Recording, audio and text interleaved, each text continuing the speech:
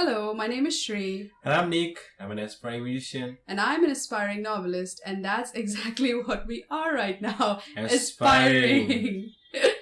This is our first podcast, so please forgive the first mistakes that we might make, and we'll upload this on SoundCloud, iTunes, Anchor, and all the other platforms that are available right now. Everywhere, links will be given in the description box below. You can find us at anywhere you want, and welcome to this generation's podcast.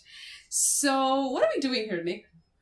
हम यहाँ कर क्या रहे हैं? हमको यहाँ पे बात करना है Stanley के बारे में. Stanley, yes. But before we get to Stanley, should we talk about like why are we here on this podcast on YouTube?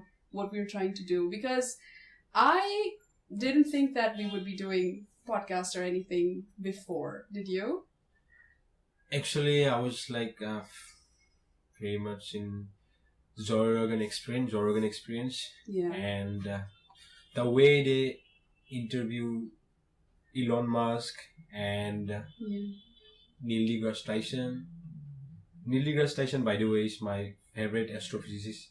Like he's an educator, like, and I love him so much. He's a pure educator. Yeah, he's a pure educator. And the thing is that the way Joe Rogan, like, and I'm sorry that मेरा हिंदी थोड़ा सा खराब है. मेरा भी हिंदी खराब है. We are, by the way, both Assamese people. Assamese is our first language, Hindi is our second, and English is barely our third language. And क्या हुआ मतलब Joe Rogan का जो ZR is मतलब Joe Rogan experience जिसका नाम है, and the way he speaks and the way he like asks question from an educator, like, you know, he's a famous educator, astrophysicist, or as we all know. Yes, we him. And मतलब उसने मेरे आँखें खोल दिया, मतलब the way he asked, and to be honest मेरे को बहुत अच्छा लगा उसका question, मतलब जैसे ही उन लोगों ने question मतलब क्रॉस क्वेश्चनिंग किया और इसका आंसर ऐसा निकल के आया, मतलब मैं कभी मतलब टीवी या इंटरनेट एंड विकिपीडिया कभी मैं ऐसे नहीं देखा, मतलब the way you're a fan of Joe Rogan. And at that moment I was like, dude, I'm seriously onto this podcast business, man. I have to start it. And that's why I ask you if you can join me for the podcast, like, you know, and to be your co-host. So it's not like co-host, and we are doing at the same level, at the same time, and we are very much like, what do you call it, like very much at that, like, you know, that level where we have nothing to do right now. Exactly. We are what we are right now, aspiring. So we are in this business. Yeah, and my experience with podcasts has been the same and somewhat different, because with me it was like very different, because I was always like a fan of movies, I was a fan of television shows, I was a fan of watching all these things, and with me it was always passive watching. Like I would watch something but it would be playing in the background. Like I'd be doing something but I'm not exactly looking at the screen. So what would happen is that I would like to listen to what people are saying in dialogues and like in the middle of television shows, but I miss a lot of scenes. Like I like background noise. So my discovery of podcasting was with some Indian podcasts like the All India Bakchot podcast, AIB podcast, and with others like the Bill Burr Monday Morning podcast and the Joe Rogan podcast, obviously. And with me, it was always like I found something that I love to hear that gives me knowledge. At the same time, I don't have to actively engage with it all the time. And you also get to learn so much. With me, it was like I was in a bad place in 2016, 2017. I had several health issues. And like you said, with the Joe Rogan experience, Joe Rogan's podcast helped me so much with getting my life back on track, with the ketogenic diet, with understanding what true healthcare is, what your doctors tell you versus what actual research shows, which is very professionals, different. Yeah, he asked the right questions so that someone like me, even who probably doesn't understand anything about medicine, about healthcare, can interpret it and just apply it in my own life. So that really helped. And why I'm doing this is because I really like conversation. I really love to have conversation. We love and we love that. And with the both of us, it was always like we always talk about what we love, not about like, oh, what did you eat today? Who did you meet? And what did Not you do? really. We talk about we talk about books. We talk about the people that we suddenly came to know. Like you told me about Neil deGrasse Tyson. I didn't know about him. I learned about him from you, and I watched both the podcasts, and they were amazing. And that's what we do. You know, we always talk about things. We always talk about ideas. So we decided, why not just share those ideas and on a microphone in front of whoever wants to listen. I mean, by the way, we are just starting right now, so we like. And हमें अच्छा लगता है बात बोलने में क्योंकि हम Indian हैं. हमको भी बहुत अच्छा लगता है, but that's the problem. And we decided to do it in Hindi and English, not just in Assamese, because we believe that everybody deserves to just like talk about their ideas with us as well. So if you have anything that you want to say to us, if you want us to discuss any topics, you can share with us on our social media or on an email that we will be giving in the description below. So that's it. Yeah, that's like an introduction. That's an okay introduction, I guess. I don't know, because I've never been in this podcast business before. Yeah. So I hope it's kind of like. And I don't even know if we can call it a podcast. It's just both of us in a room in front of a microphone. This Sunday. On a Sunday. This podcast will be released a bit later than that. But we will be always sitting down and talking in our bedrooms. You know, this is what we're doing. We're not professionals. So let's get to it. Let's get to what we want to talk about, I guess. So I think the first thing that both of us have in our mind right now is Stan Lee, you know, and it was just, I couldn't believe that he passed. I mean, of course, he was much older now. He was rest in peace. Yeah, rest in grandfather. Peace. And the thing is that I want to know your perspective. Like, you heard about Stan Lee, right? And what did you think when you heard about his passing? Man, I was in shock, man. Like, seriously. But at the same time, I thought that it's been like, you know, it's been a long journey for him, like, you know, staying 95 years. He was 95 years, I guess. Yeah, I think he was 95 years. So, it's time for him, to be honest. It's time for him, because he's been living his life, and he's you know, ऐसा मेरे को like Marvel का जैसे character वो उसने लिखा cartoon में, and I thought like those heroes, like, you know, ऐसा impact किया सब, मतलब जब हम like I was in school, when I like, you know, thought about a superhero, the first things popped up in my mind was what was called that Spider, and I never knew that. मतलब मेरे को पहले लगता था कि spider में ऐसे कोई अगर काट देगा तो हो जाता है, तो मतलब सच में मैंने ट्राई भी किया था, मतलब स्पाइडर के सामने जाके भाई काट, मेरे को स्पाइडर बनना है. And once upon a time like मेरा मामा ने मेरे को क्या लाइक मतलब चप्पल भेज के मारा मेरे को, क्या कर रहा है तू ये सब. And after 5 years, I came to know that it was Stan Lee behind all the superheroes of at that time, when I was in so much in comics and all this stuff. And really, it's really heartbreaking news when I heard about him. And to be honest, I am like big fan of him, and at the time I'm thankful to him for giving us like such a phenomenal character and what do you call, movie, everything. I just love him. And his cameos were great too. Oh yeah, his cameos great. His cameos made the movies. And the thing is that the way he, like, you know, act in any of his movies is like a small character. You know, he portrays small You always characters. look for when he'll come. When will he stand? And I just love the way he talk, love the way he, like, I heard that about the Discovery Channel. मतलब उसने एक Discovery Channel का एक show भी start किया था, like what was that? I forgot the name. I didn't know about this. What it called?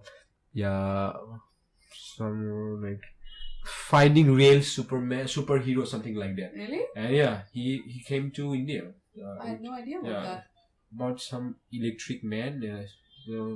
Oh, you mean like heroes who've done like ordinary stuff but in an extraordinary way? No, that's not the thing. Hero, like, they are not properly hero, but they have superhuman capability. So, but physical superhuman capabilities. Exactly. I thought like they did something that socially helped people or something, not like that. Not like that. Like non-NGO stuff, not that. No.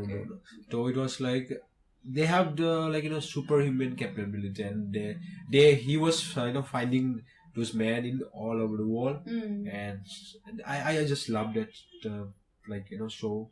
So मेरे को बहुत अच्छा लगता था. वो India में भी आया था like back in 2011 or something like that. Sender में एक आदमी था, उसका नाम क्या होता है, इलेक्ट्रिसिटी मैन बोलते हैं उसको मतलब करंट जब भी उसको करंट पास होता है तो उसको कुछ फील नहीं होता है. So he doesn't feel anything. He doesn't feel anything. So it was for me. Was it like a physical defect or was he born No, that I don't know. He born that way. I guess he's like उसका talent अभी उसको 12 years when he was 12 he found out that it was him that doesn't feel electricity. Feel electricity at the same Can time. you imagine having that superpower? The ability to have. I don't. You don't want that. I don't. I'm okay that. with being normal human guy. I would fuck around with people so much. I would scare people. I would be like, did you just call me something? Here you go. And there's a lot of electricity. No. It was not like that. He was like, उसको मतलब, it was like, what do you call a proper. I'm not a scientist, like a science guy, so I don't know the exact name. What was that? But mutation? No, kind of like he mutation or something like that. I don't know, but his body work is like what do you call it? उसको क्या बोलते हैं? I don't know. Conductor of electricity. Yeah. With due respect, I'm a commerce guy, so don't expect anything from me. It's fine. Both of us are exactly that, aspiring and non-commercial people. But yeah, you're right about that. And what with me was that I never pretend to be like the cool girl. I never pretend that I was just like, oh, I'm in with the boys. I'm not like the other girls. I'm exactly like the other girls. I never read comic books. I never knew who the superheroes were. In my childhood, it was always like books and poetry and coloring books and sketchbooks. I was always into that. So comic books never came into my radar. Like never. I'm serious. Poor fella. But with me, it was like the only comic books that I read were Batman and Tarzan. That's all I read. DC. So I didn't know anything about Stan Lee growing up. Sorry, we're both going through a disastrous cold right now, so he has a congested nose and my throat is about to kill me. But anyways, so I never knew about Stan Lee growing up. It was only when like Tobey Maguire's Spider-Man movies came out, that's when I knew that, oh, there's someone called Stan Lee, because it's like there's always that name, Stan Lee, and everybody just talks about it. And I love those Spider-Man movies. I don't care, like nothing against Tom Holland, but it's like Tobey Maguire's Spider-Man movies made our childhood, Yeah, exactly. They kind of shaped us. So I still miss him. Oh, but the thing is that I was never exposed to Stan Lee the way comic book fans were exposed to Stan Lee. They know who he is, and I had like a decent understanding, like, okay, this is the man that created all of these characters and shaped a universe. He shaped an entire universe that still is so profitable business wise today even. So he's basically one of the best artists of this generation, so and the previous generation too. So that was my understanding. But I was never there just reading the comic books and then comparing them with the movies. Like I never read Captain America and then watched Captain America. So I was like I was never like that comic book stan, you can say. I never stand it. So like, but I would enjoy the movies, but they were still a product of a lot of people, not simply Stan Lee. Stan Lee would be the fountainhead behind it, you could say. He's the father. Yeah, he's the father of that character. But like, it was a. And some people would argue that, oh, this is not with the comic book, this is something different from the comic book. I wouldn't know that. But what I want to say about Stan Lee is that when I heard of his passing, I woke up and, I saw the news and I still felt an impact. And the reason why is that because it's like he had a social impact. Not yeah, he had a social background, but he had a social impact on our culture. On today's, like, I'm 24, you're 24. Yeah. For us 24-year-olds, like, Stan Lee is such a huge part of, like, a universal culture that, like, if there's, I don't think there's anyone who doesn't know who Stan Lee is, and we're not from, like, America. Part of our childhood. Yeah, and we're not from America, we're not from UK, we're not there in the Western countries. We're from India. We're from such a tiny part of India where you wouldn't think that comic books have exist. Yeah, like we had Tinkle Digest and we had Archies and stuff like that. We had our Indian versions of comics. Now we didn't have all these comics, but it still affected us, and that's what I saw from an outsider's perspective. That was very interesting to me, because even me as an outsider, I could understand what comic book fans like you felt, and I can see that how it impacted me as well. I actually felt this death, like I would hear like someone like who died? Chris Cornell died. But I never heard of Chris Cornell, nor was I exposed to it, because we don't get exposed to American culture that much. But Stan Lee, I'm a big fan of Chris Cornell, by the way. Yeah, but it was like it didn't reach that much, much, and that's not an insult to Chris Cornell. I'm just saying that I'm exposed more to like Indian stuff before Western stuff. So Stan Lee had impacted everyone, even people who haven't read Stan Lee, people like me. So I would say that says everything about that man's legacy. He has left behind something that cannot be destroyed, cannot be forgotten, cannot be removed or erased. Unless someone starts burning books, like in 1984.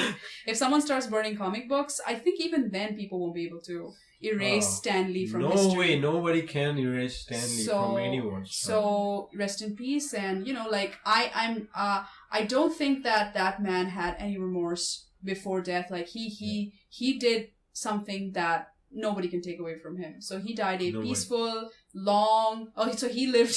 He lived a peaceful, long life, full of struggles and full of successes. And there's more. That's more than what we can ask for, actually, from one lifetime. That's more than what anyone can ask for. Yeah, of course. That is the main thing. And he played a big role in our childhood, as well as like we're 24, and at this time Stan Lee is an emotion for us, and that's right, exactly. Stan Lee is like, we hope that Marvel will stand forever with us. I don't know, I'm being emotional at the same time, and I hope he's in good hands. He is in good hands. He had a long life. He had probably a lot of children, grandchildren, probably. I have no idea about Stan Lee's personal life. I don't look at celebrities' personal lives. I don't like it. Neither do I. I don't like the paparazzi culture, the gossip culture. Like, who's it makes the life, Somebody actually brought up something controversial about Stan Lee. I'm like, dude, forget about it. He's dead. Let him die in peace. And and it's like, just let him go, He's okay with it. Do you want to do a search of something that you want to talk about? Like, yeah, of course. I have one thing popped up in my mind right now, searching for it. Here, one quote about Stan Lee. Okay, but before you go for quotes, like, I want to ask you something. This is not related directly to Stan Lee, but it's something that I've been noticing for a while. But it's just, again, an outsider's perspective, because I'm not a comic book fan. I'm pretty sure comic book fans don't have a problem with that. Problem with what I think might be a problem right now. Not a problem exactly, but do you think that there is an oversaturation of superhero movies nowadays? Do you think there's like too many and we're not being able to go? Because there's not only the Marvel movies, the Avengers universe, but there's the X-Men universe, which is going places that I don't understand where it's going, because I don't know the universe properly. But then again, there's the Netflix universe where there's Daredevil. I've watched Daredevil, by the way. Punisher. I didn't watch Punisher, but I watched Daredevil. It's a really good Punisher show. And there's Jessica Jones, Luke Cage, to my knowledge. So do you think there's like too much Marvel content right now, and not everybody is like, at least the people who are like non-comic book fans, they won't be able to keep up with what's going on. Thing is that Marvel Comics is so big that, and actually, to be honest, they are feeding people so much in like superhero things, and I kind of like enjoyed it, man. I don't know. I don't want to go into that depth, but Yeah. I'm enjoying everything. Like it's whether it's Netflix or Marvel Universe or like Avenger on all this stuff, and I want to go into that things, but like मेरे लिए तो अच्छा है भाई मेरे को देखना है. I guess for comic book fans, it's like It's you know, it's the for like best. exams, you know. Yeah. My God, Netflix. Oh, But for me, what it's like that the problem is that maybe it's kind of like, but as a person like me, who is a big fan of Stan Lee and as well as Marvel, for me it's like, dude, yeah. I'm hungry. Feed me more. With me, I'm like, I'm just like, I feel like an infant knowing about the Marvel Universe because I'm just learning right now through the movies, which is not a perfect source to learn about the history of the characters. But with me, I'm like, I'm not being able to keep up because I'm watching the movies and I'm understanding which links with what, you know, like, okay, this universe links with that movie has some link with that movie. But my problem is I miss out on several movies and television shows. Like I'm watching Daredevil and I'm watching Luke Cage right now, which I'm really enjoying. But besides that, I'm not being able to keep up with like the rest, like Iron Fist or Jessica Jones. I'm not having the time to keep up with that, you know. To be honest, I don't like Iron Fist. I'm okay with like Daredevil's Punisher. He's a good. John Barenthal, I think that. I don't know his name. But John Barenthal, I think that's his name. I don't know. And the thing is that I'm so much okay with Marvel Universe, but to be honest, I don't like Aquaman in DC. But the rest of their characters is kind of. You don't like DC? I kind of like DC, but as a Marvel fan, for me DC is kind of like boring, to be honest. But the thing is that whenever I watch the movie and I feel like it's kind of like more darker than Marvel because their whole like how you call I'm not in film critics or something like that. Yeah. But whenever I watch their movie, it's feel like I'm in a dark war and watching my heroes are fighting for their whatever the cause or so-called cause, and it's like, okay, dude. The Dark Knight franchise was good, I guess. I'm done. But Dark Knight, oh my god. Yeah. With me, it was like because I read the DC comics, I read Batman, I think I read something of Superman, not completely of Superman. So like, but some Superman comics I read. So this is like for me. I really, like, I understood what I was watching. I understood, like, oh, this is Batman, this is his story. But what happened with me with, let's say, I watched The Dark Knight, I watched Batman Begins, Dark Knight, and Dark Knight Rises. I watched 3 of them. And I really enjoyed it. I even watched some of the old Batman movies, Batman Forever, Batman and Robin. And those were, like, silly, stupid fun. But when I watched, what was this movie? Batman v Superman. I couldn't sit there and I couldn't enjoy it. Same here. It was like, I already watched this. I already watched Batman's parents getting killed and whatever. It's like, how many times did I watch it? Yeah, there's so much memes in that. And ironically speaking, it's like, I actually liked Ben Affleck as Batman. It was actually not bad. He was like an okay Batman. He's okay Batman. Yeah, the Superman part was like boring for me. Henry Cavill. I've seen better Supermen. But I have to disagree with that. Okay. Because Henry Cavill is like you have a man crush for it. No. Shut up! I'm heterosexual. The thing is that, to be honest, for me, whenever the Batman popped up in my mind, I was always thinking about. Sorry, what was that guy before Ben Affleck? Christian Bale. Christian Bale, yeah. He was like, for me, was evergreen Batman, and whenever, when I watched that movie, when what was that? Ben Affleck was that? Ben Affleck. No man, I'm not enjoying this movie. With due respect, I'm not discrediting him for the scene, but it's not my cup of tea. Understand? Same but here. Joker is so good. Joker is good. Oh my god. Rest in peace, bro. For me, even like the Suicide Squad Joker was also not that good. No, I don't know what the actor's name was. He was worst. With due Uh, respect. Jared? I don't know his name. Something. I never Jared searched Leto. for him. Yeah. Jared Leto, yeah. Jared Leto is actually a good actor. That is my complaint here. If Ben Affleck and Jared Leto had their separate movie, which is not about like, versus Superman or versus something, that might not be that. Yeah, I maybe that might not be that bad. It would be like an okay movie, not probably as great as Dark Knight Rises or Dark Knight or Batman Begins, but Suicide Squad itself was such a mess. I still remember. I had no idea what was going on in What Suicide the hell was doing there? Like, dude, what the hell were you guys doing here? Like, Seriously? Will Smith. To be honest, I went there. I went to the movie theater. Yeah, because of Will Smith. Because I'm a big fan of him.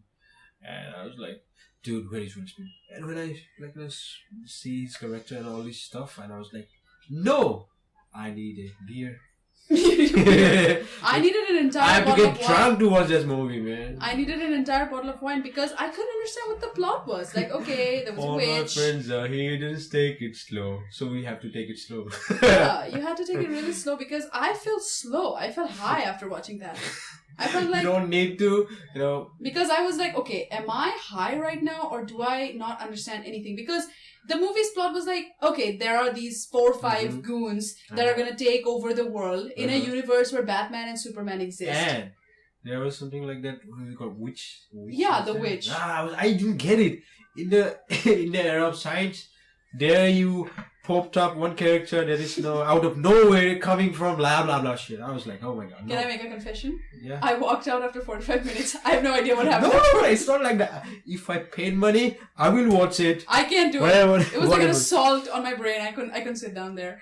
But low sodium diet you're doing that. Yeah, I just wanted to die on sodium. I wanted to overdose on it because when Jared Leto came out, I had no idea what the Joker's part was in that movie. Like, neither do I, man. It was like, pew. Does he even have a purpose? Like, I don't know. He was there to save his girl, man. Yeah, I think he and Harley Quinn would have had more purpose in Batman v Superman. Like they were the real villains in Batman. Anyway, Harley Quinn had played big role, man. Can you imagine if Batman v Superman was written in this way? Harley Quinn and the Joker were the real villains, but because Batman and Superman were fighting against each other, they ignored them so much. And Jesse Eisenberg's Lex Luthor doesn't exist. But they were the real masterminds behind making them fight against each other. I would have watched that movie. Your father is dead now. Yeah, now fucking fight, dumbasses. That would have been a movie. I would have watched that, And Harley Quinn would have been like the enticer. Baddest. No, but she would have been like, hey Batman, do you want to fight Superman? I'm gonna give you my ass if you do that. To be honest, I kind of like that girl in Harley Quinn. She was misplaced. Yeah, misplaced in just like Jared Leto. I feel bad for Jared Leto. I don't like that guy, to be honest. But the thing is, that Jared Leto guy. Yeah, he's a good actor, but I don't know. Yeah, he's good. But for me, as the Joker. As the Joker, because I was expecting more from him because he was carrying a legacy from Heath Ledger. Yeah, and he was so overhyped. Everybody was like, this is the darkest, this is the most scariest Joker that you will ever see. And there was like all the advertisements. What pissed me off was that all the advertisements were about Joker, and Joker was there for barely 10 minutes. I heard that because I didn't watch the rest of the movie. And Joker was like psycho. I got it, man. Joker is like psycho. Yeah, we get it. You're dark. We get it. But the thing is that it's kind of like funny. You're watching a funny YouTube video. And where Joker, like if you change the background music with funny YouTube music or whatever it's called. It's like a Shane Dawson parody. Shane Dawson parody. And out of nowhere he comes, hi babes, I'm coming here to rescue you. Hey, what's up you guys? Yes. I'm coming here to rescue you. And there's like, yeah, I would have died. I would have died if I stayed there any longer, and I don't have a problem with wasting that money. I would have been like, okay, someone got their salary from that money. But enough about that god-awful movie. Let's talk about something we actually like, which is books. Which I actually am surprised that we're both reading so much, because we both left reading for a while. At least you left it for a long time. 10 years. I left it for like 3 years or 2 years. 10 years actually. I've read my textbook, okay? but it's kind of like, It's been 10 years, I guess. Maybe. If like obviously, well, you guys don't know, but Nick had lost most of his books and most of his other stuff in a fire, which we might talk about someday, but not now. But he lost a lot of good books there. You lost a lot of valuable books, and you lost a lot of valuable novels. And you were read a lot, right? As a kid, you read so many books. You said, you know. And I'm so much in encyclopedia and World War II things, and I was because as a guy. I was non-fiction. Non-fiction, and I'm fond of, like, what do you call that vehicle and all the stuff used in World War II and World War One. And my grandparents is in army, actually. So my like grandpa from my mother's, like, you know, he was in army, and and my your parents? Yeah. Your father? My father used to work for defense. Then he, retired for. Okay, so you had that background, like your familial background. Yeah. Were you ever interested in going in the army? I to be honest, I was. Thought about it. Yeah, I thought about it, but my mom told me that you are the only sole guy in the family. Yeah, that's true. So you don't need to go there. And war is not really like happening right now. Like you need to go and do anything. But yeah, for the border, for the sake of your mother nature, you have to go there. Yeah, for India probably. But it's like yeah. And you guys know India have the largest defense personnel in the entire world, I guess. Really? Yeah, I think so. I don't know. Yeah. Correct me if I'm wrong. Maybe the largest, maybe the second largest, but yeah, it is very large. It's larger. Because we have vast. We are subcontinent. Yeah, of course. So we have to, safeguard our border. Yeah. For the people. And thank you, Indian Army, for thank you for giving your service. us the opportunity to talk in peace right now. Yeah. Thank you so much for your service. And we're really sorry if we screwed up the largest or second largest. It's not important because you guys are, the largest. For forever for us. For us, yeah. For us, and yeah, I never had mine was really weird because mine was your opposite. Everything that you do, mine is the opposite. Because mine is like I never had any interest in non-fiction growing up. I had an interest in fiction. I read Sherlock Holmes first. Then I read Little Women. I read Pride and Prejudice. I read a lot of fiction, a lot of literature, and I read a lot of poetry. I read Rudyard Kipling. I read Wordsworth and all of that. Mm-hmm. So I read a lot of that, William Blake and all that. So that I had an interest in that, but that was what it was. It was just interest and entertainment, never educational. For me, education was like textbooks. So that's what I always thought, you need education, read a textbook. That was me. It was and non-fiction never entered my mind. I thought non-fiction was just a broader form of textbooks that people read at I don't know, in colleges or universities or something. So that's what I thought. But with me, what happened was that 2 to 3 years ago, for 2-3 years, I lost an interest in reading. I had some health issues, and I had some personal issues. I had a lot of anxiety, clinical anxiety. So I couldn't sit down.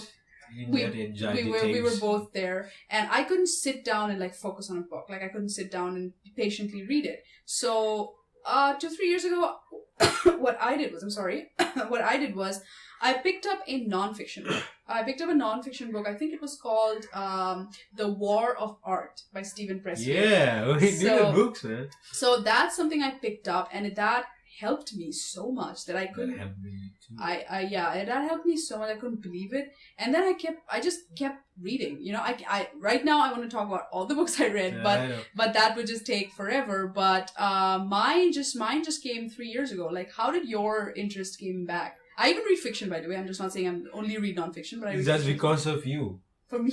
Yeah, of course. You did the best things, You gave me the book, The War of Art, Stephen Pressfield. Yeah.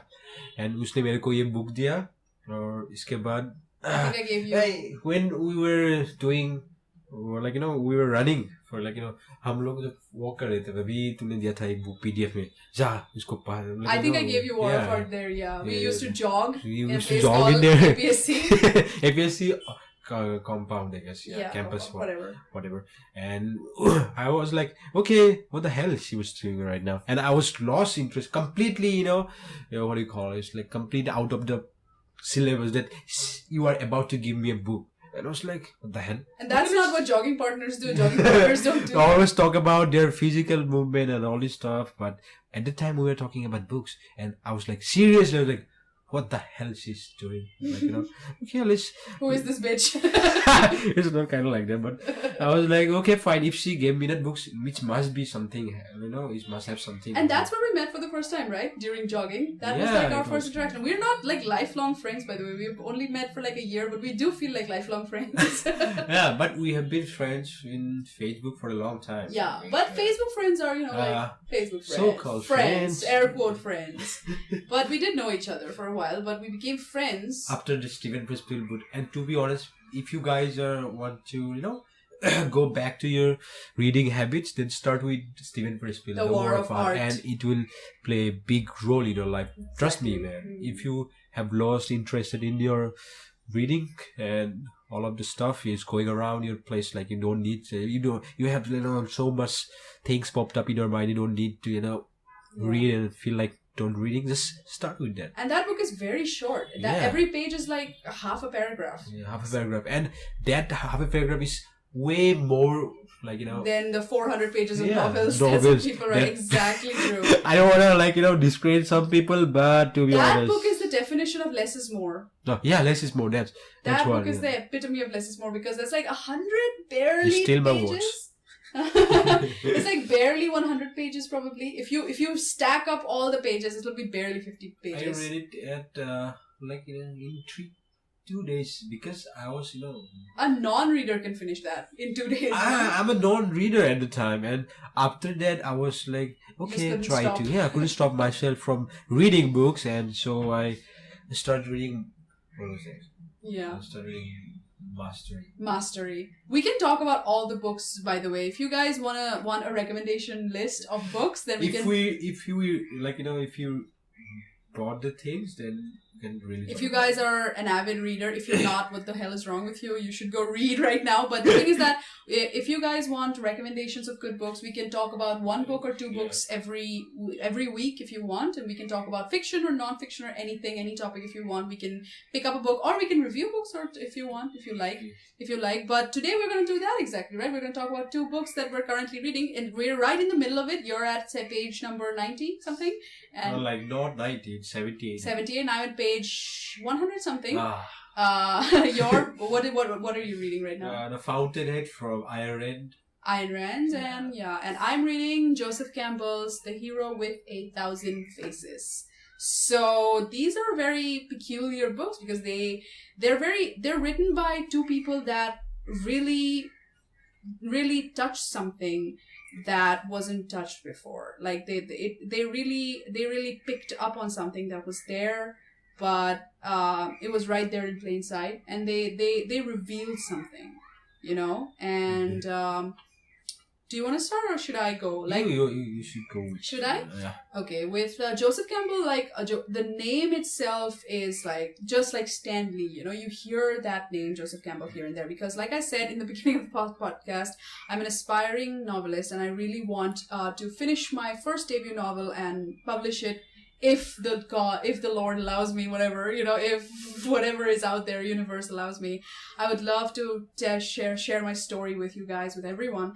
So for that, I believe that if you want to write, you have to read a lot. If you can read and read and read, words flow through you. And like I said, I've got an interest in nonfiction and fiction too. But Joseph Campbell's name is always there. It's always unanimously present. Like someone would mention Joseph Campbell's work. Like Russell Brand recently mentioned Joseph Campbell's work in one of Joe Rogan's podcasts, which was one of the oldest podcasts, but one of the old podcasts, sorry, but he did mention that name, and I was like, even entertainers, comedians, scientists, even even I think even Neil deGrasse Tyson mentioned. Probably, I might be wrong. So, this book is really peculiar, because this book is someone's experience with theology told in a way where he found one constant in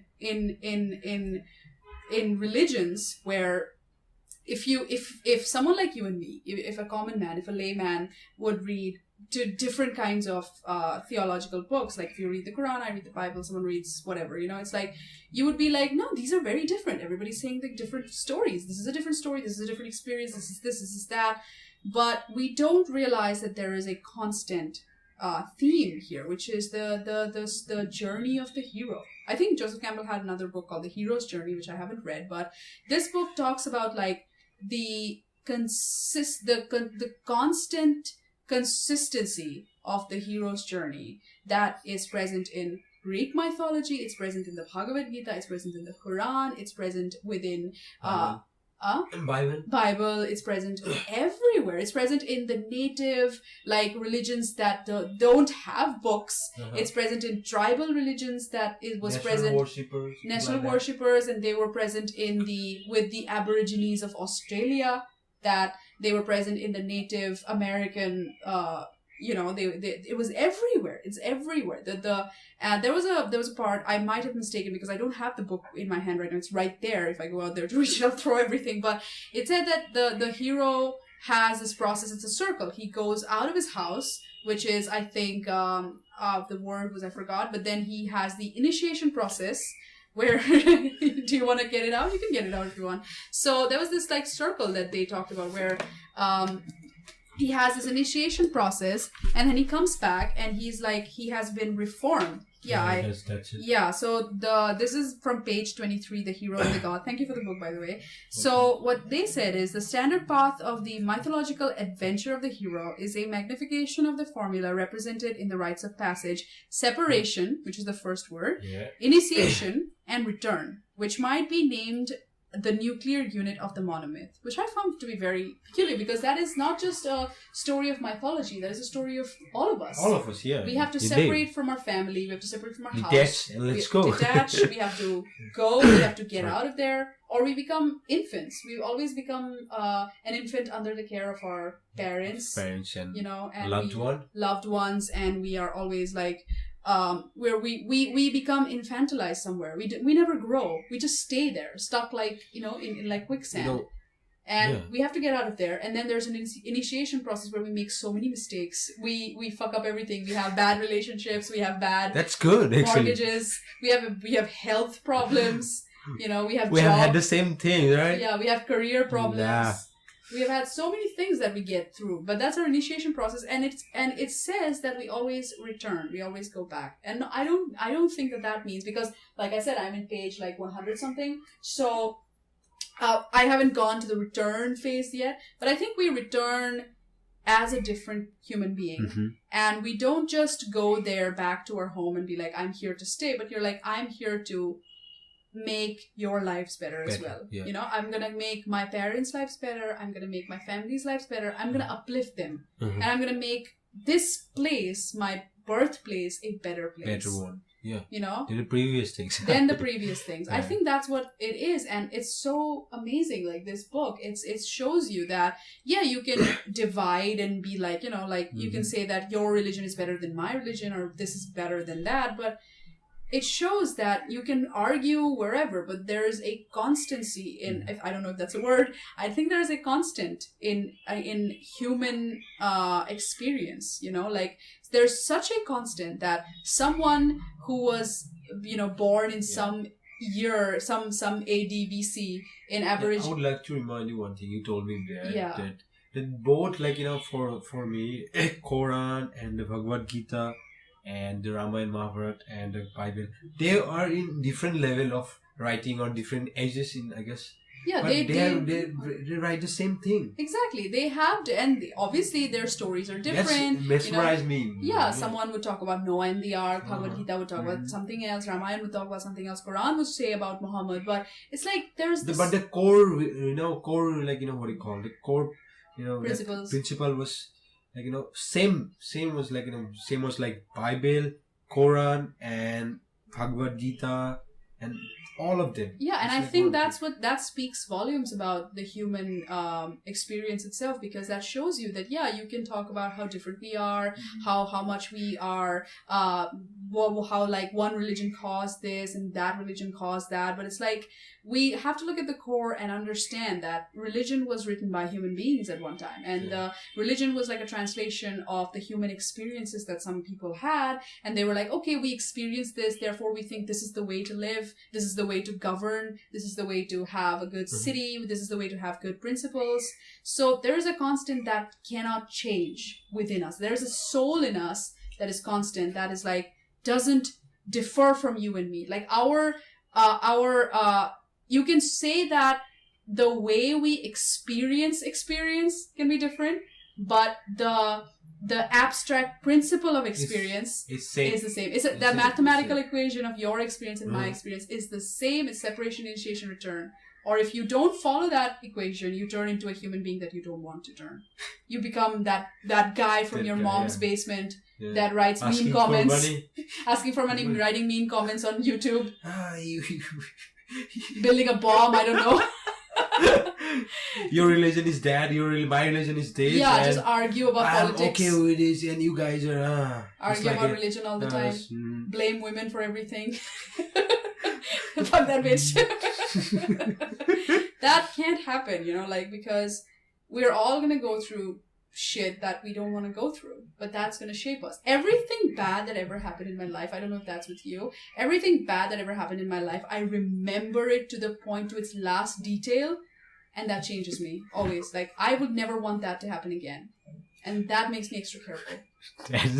Like, before that, I was like so much what do you call, like, careless guy.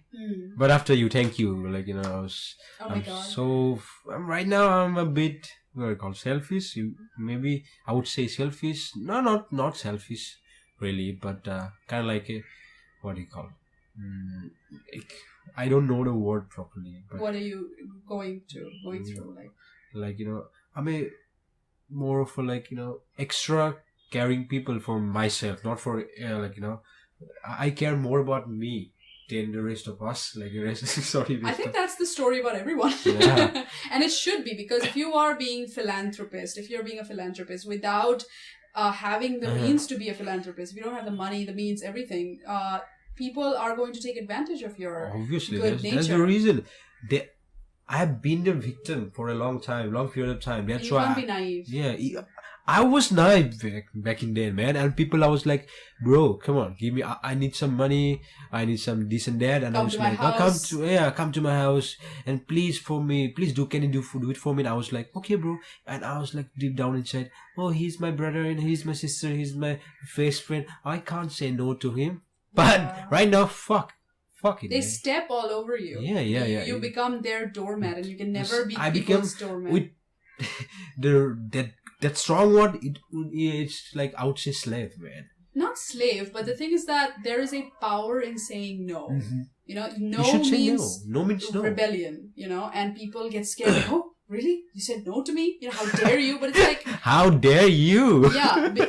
People don't, like, maybe someone can really, really disagree with me on this listening, but I think no is one of the best ways to make people know that you are thinking about yourself first. That's the things, man. That is no is a decision you make for totally agree with you. Yeah. No is a decision you make for you. Yes is a decision you make for other people. Other people, yeah. Exactly. And of course you have to say yes to people you love, but at your Not own every time. At your own time. Yeah. You can't have people using your time, These things happened to me before, and I was like, I was a guy of, what do you call, it was like my life was someone else's idea. Who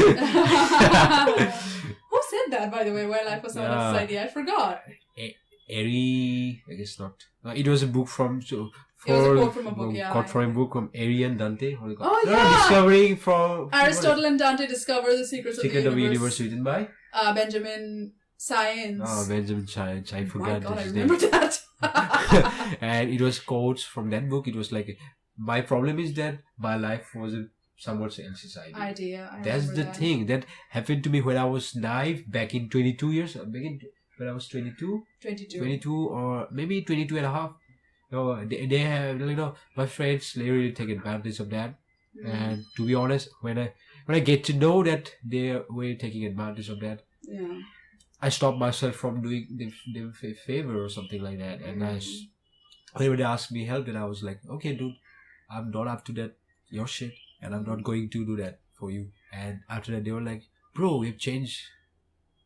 तुम बदल गए हो हिंदी में. That's what they are. That's when people get scared of you thinking of yourself, they either call you arrogant or they say, oh, you changed, you know. You changed. Oh, I'm thinking for myself. Is that change? Good. Then let me change, you know. Yeah. Of course, you have to think about yourself, because nobody, to be honest, nobody will care about you when you have nothing. The only people who care about you will tell it to your face. Yes. You know, that, like, I can't do it right now, but I will do it for you tomorrow when I have time. Or I might not give you money right now, but I will give you money once I get it and once, once I have enough money. Exactly. It's like to fulfill my own problem or whatever. Yeah, and your best friends will tell it to your face when you're screwing up. Not like, you're a nice guy, you'll get a job, it's okay. No, dude, you are I just lazy. Handed word.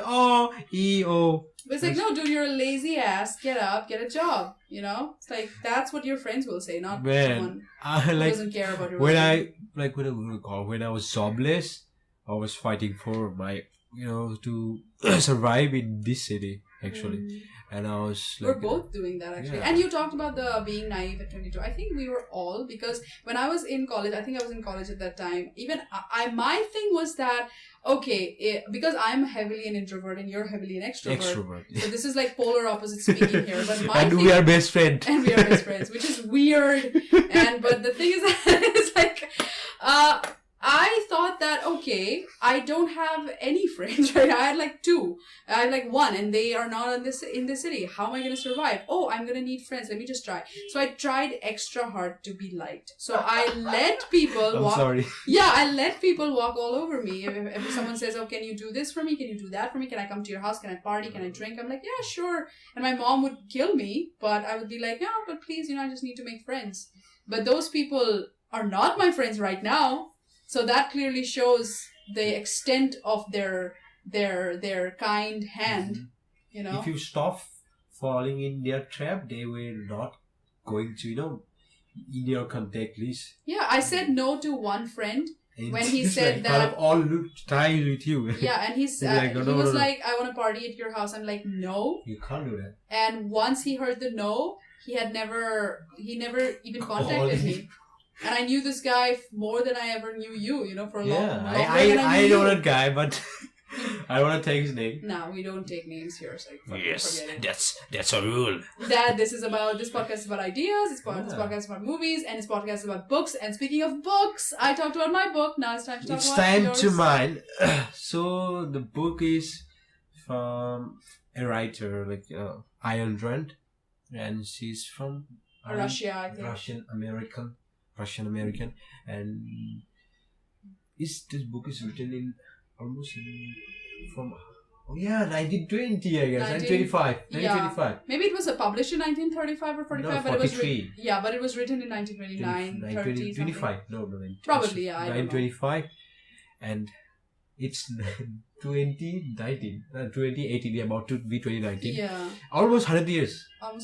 But the fact of the book is that I'm Zabiu's book of, like, what do you call it in Hindi? I don't know. Let's speak in English. We fuck it in Hindi. Anyway, I'm sorry, but we're Assamese speakers. Hindi is like we do it, but only in a Bollywood sort of way. Ọসমীয়া আৰু English আৰু Hindi অলপমান problem হয়, but English is, I think. অসমীয়াটো বাৰু ভালে হয়. But we can survive on English at least. So yeah. So, the thing is that when I read the book, it's a kind of like someone is giving me a fist on my face. It's like wake up, motherfucker. Sorry for the word.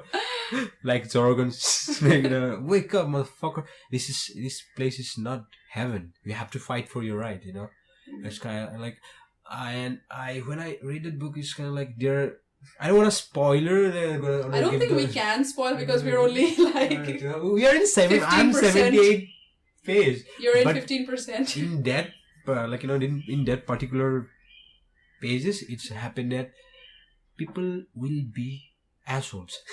They and will. and the thing is that you have to have one reason to fight for it. And there was a character, Howard Rock. I just love it. And to be honest, as we mentioned earlier, we are aspiring. I'm an aspiring musician, and she's an aspiring writer, and so we have to fight for our cause.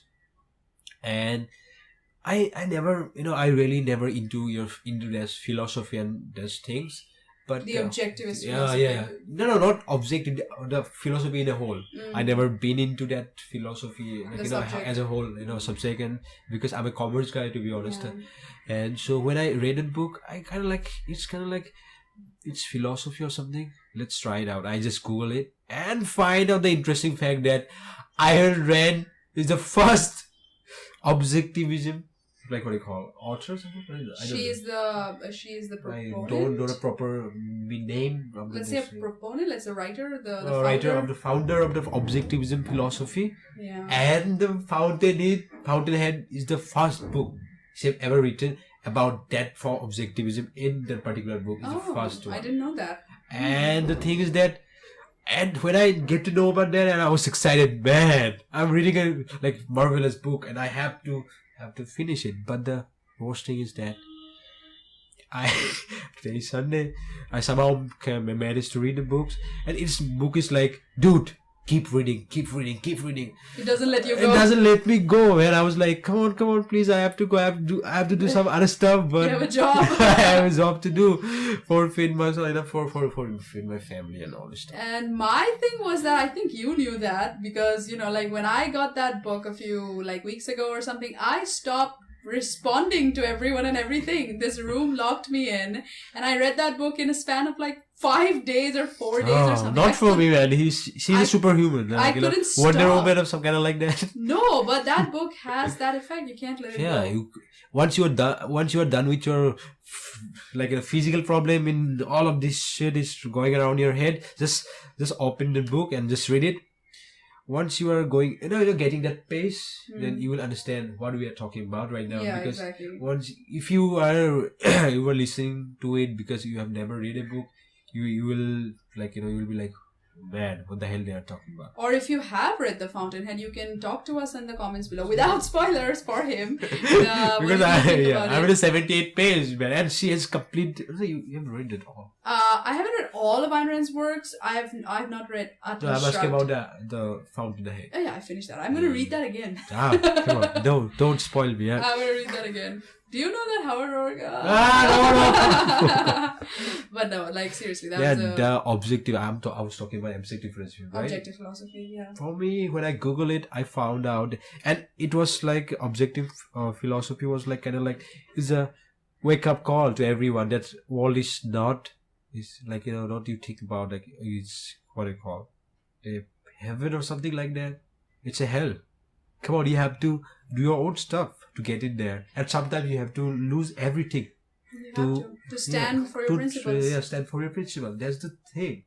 And it has taught me so many things just in 78 pages, and I kind of it's okay for me. Yeah, it helped me to cope up with my office right now because there's so much politics is going on when I work in there.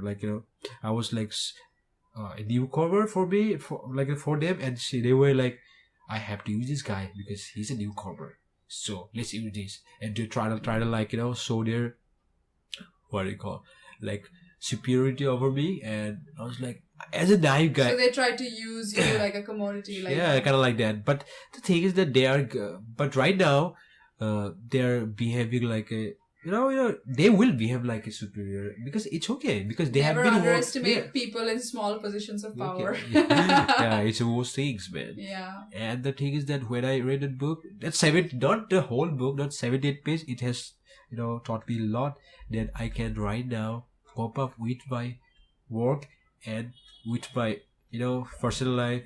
Because when my girlfriend told me that right now you don't have time, sorry honey, because I'm reading The Fountainhead. I don't think she will mind. I don't think she has a problem with I love her. books. I love you.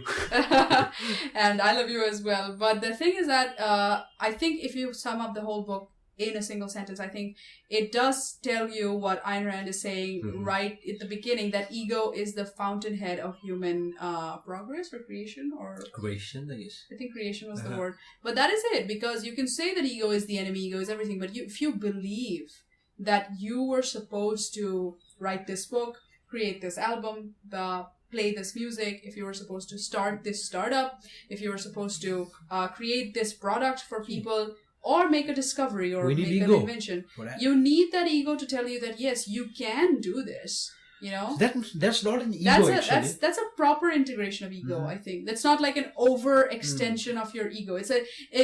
What an overinflated ego is like is something like Jake Paul.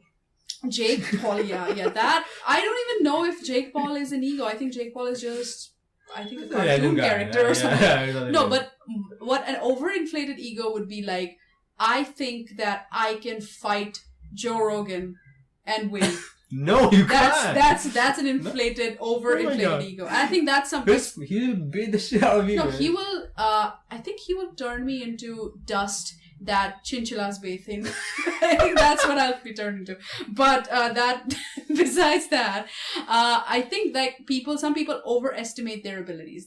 Let's say I want to start writing a novel, and for that I've read so many books, and I still think that's not enough. I still think that's not enough to read all these nonfiction and fiction. So I have to keep reading. But there are some people who think that they've never written a screenplay, never written a novel, and they think they can finish it in 3 months and get published, something like that. I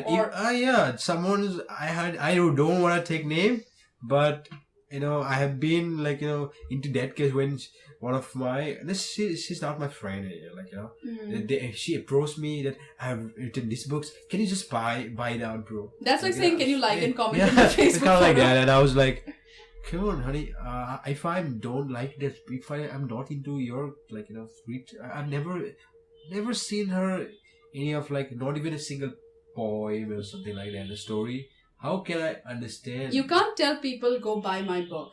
You can't really. You can't do that. That's like Jake Paul I'm saying not buy my going merch. to buy just because of she's my so-called friend or whatever the fuck. It's like you can say Jake Paul is whatever the fuck, but he's saying buy my merch to people whom he has entertained for so long on Vine, and he has a right. He had found his audience. Yeah, but for a girl like her age, I told her, if I get bored by your reading, it's just one or two pages, I'm going to throw it out in Facebook.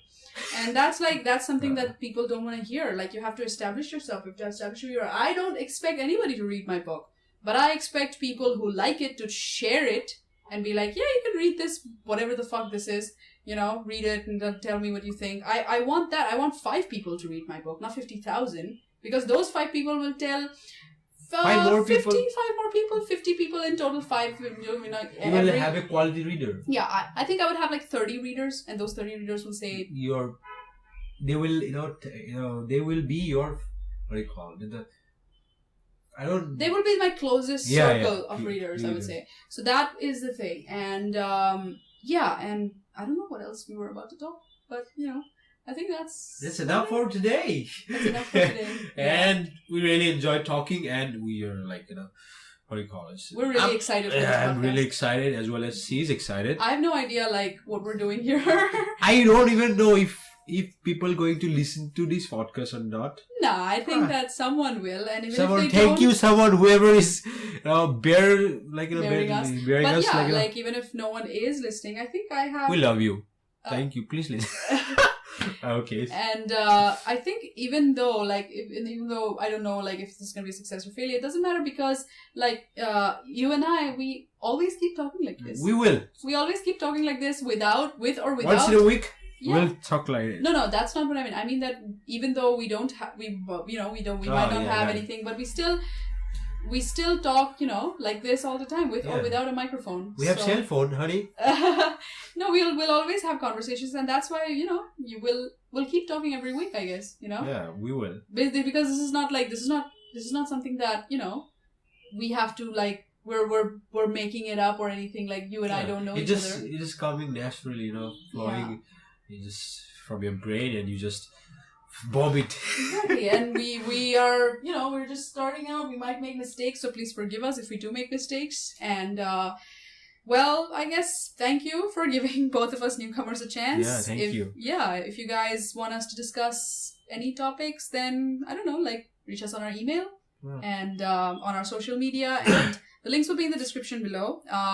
Tune in next Friday or every Friday from now on. Thank you, everyone. This has been Nick and Shree from This Generation's podcast. This is our new name. I guess you guys will like it. This Generation Podcast. Thank you. I don't know, maybe. Bye-bye. Bye-bye.